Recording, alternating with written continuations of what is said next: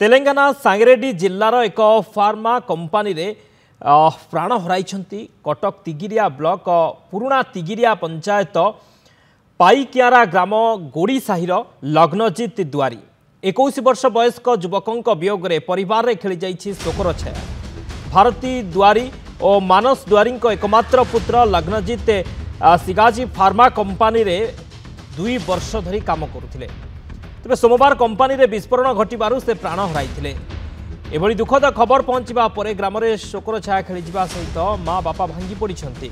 मृत लग्नजित परिवार अत्यंत गरीब श्रेणी होइथिबारु सरकारी सहायता जोगाई देबाकू दाबी करा जायछि।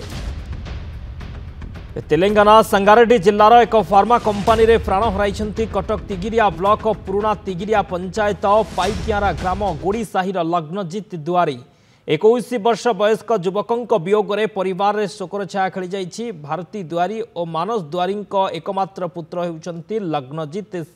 तेबे सिगाची फार्मा कंपानी रे 2 वर्ष धरी से काम करुथिले। सोमवार कंपानी रे विस्फोरण घटिथिला। ए विस्फोरण रे से प्राण हराइछन्ति। एभली दुखद खबर पहुंचा पर ग्राम में शोकाकुल परिवेश खेली जाइछि। या सहित बापा माँ संपूर्ण भांगी पड़ती। मृत लग्नजित परिवार अत्यंत गरीब श्रेणीर परिवार तांकर। तेबे सरकारी सहायता पाई दाबी करा जाइछि।